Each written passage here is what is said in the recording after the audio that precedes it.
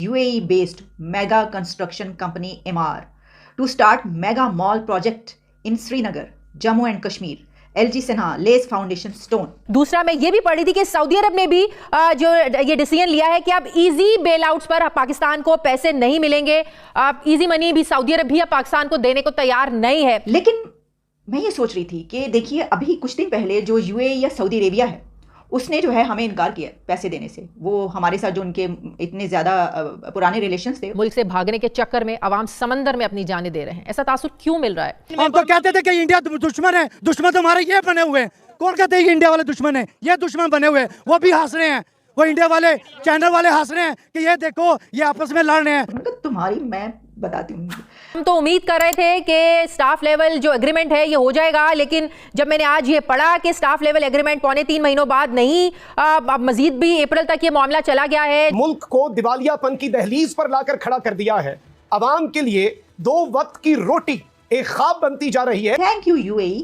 Kashmir gets first FDI project post Article 370. UAE's Emaar becomes first overseas company to start a mega mall project in Kashmir.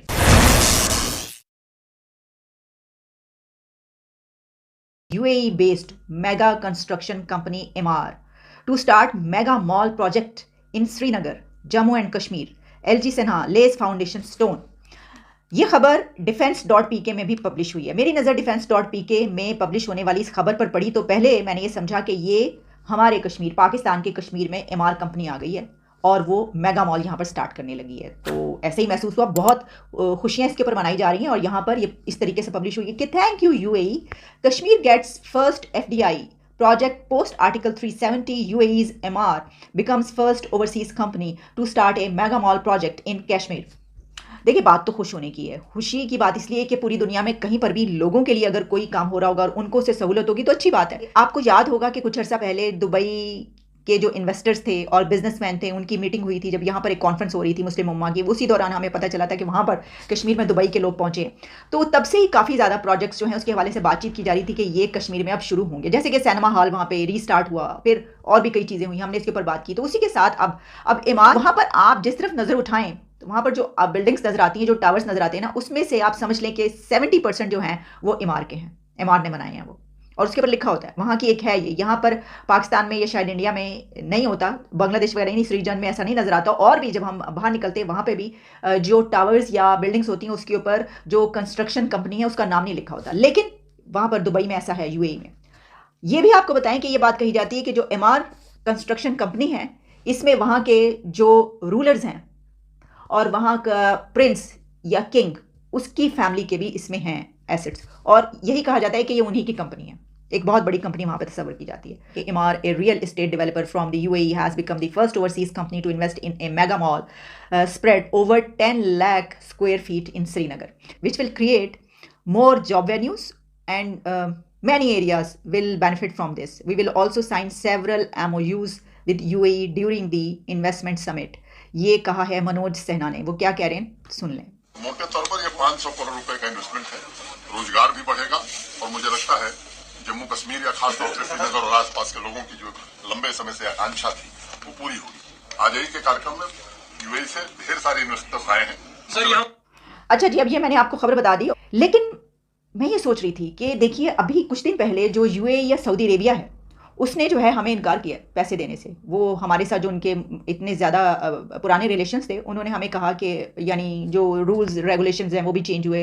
जैसे Saudi Arabia ने मुँह उठा के हमें कह दिया कि भाई आप खुद भी पाँव पे खड़े हो, खुद भी कुछ कर लें, हमेशा तो इस तरह नहीं चलता रहेगा, हम और नहीं दे सकते या इस तरह नहीं देंगे, कुछ करके दिखाना होगा वगैरह वगैरह, इस तरह की चीज़ें। लेकिन इसी के साथ वो इन्वेस्टमेंट जो है वो इंडिया में और कश्मीर में करते हुए, अब देखिए इंडिया का जो है ना वो इस पर एक बहुत बड़ा, आप जानते हैं स्टैंड ये है कि उनका अब ये कहना है कि वो जम्मू एंड कश्मीर में इतनी डेवलपमेंट करेंगे, वहाँ पर इतना बहुत कुछ बना देंगे कि वहाँ के लोगों को कुछ और नज़र ही ना आए और वो किसी और की तरफ देखें ही ना और वो कोई और आवाज़ उठाए ना, कि उनको वो तमाम चीज़ें मैसर आ जाएं, वो सब कुछ मिल जाए जो कि एक आम आदमी की ज़रूरियात है। ठीक है ना, वहाँ पे यानी जॉब्स क्रिएट होंगी तो लोगों को जॉब्स मिलेंगी, वहाँ पे अगर लोगों को पैसे की कमी है, मुश्किल है, तो वो भी पूरी हो जाएगी, यानी खुशहाली।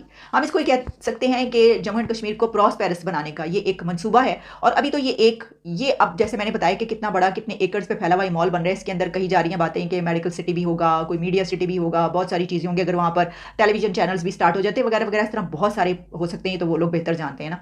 लेकिन इसमें जो है वो फिर हमारा क्या बनेगा?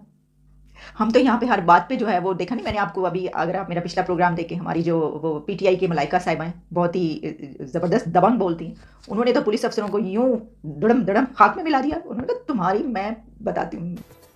इस वक्त तो मतलब हर चीज़ पे गैर यकीनी सूरत हाल है। हमें ये नहीं पता कि अगले 2 घंटे के बाद क्या, और जब हम सुबह सो के उठें तो मंजरनामा क्या हो। और ये बड़ी बदकिस्मती है, क्योंकि रियासत का और हुकूमतों का काम ये होता है कि जी जो तजादात उभर रहे होते हैं ना आपके माशरे में, समाज में, उनको हल करे। वो इसलिए हल करते हैं ताकि आपकी रियासत का बका उस पर डिपेंड करता है। हमारे यहाँ हर क्राइसिस जो है, हर बुरहान जो है वो अनरिजॉल्व है। और हम देखते हैं गुज़िश्ता 1 बरस से, अगर आप फरवरी की डेडलाइन ले लें, पिछले बरस से अब ये मार्च आ गया, और बल्कि वो जो पूरा चेंज का जो प्रोसेस था वो तो उससे चंद माह पहले ही शुरू हो गया था। तो ये मुल्क जो है पिछले 15-16 महीने 17 महीने से एक सियासी गैर यकीनी सूरत हाल का शिकार है। और उसमें पहली मरतबा है कि कोई सिमत नहीं हमें नजर आ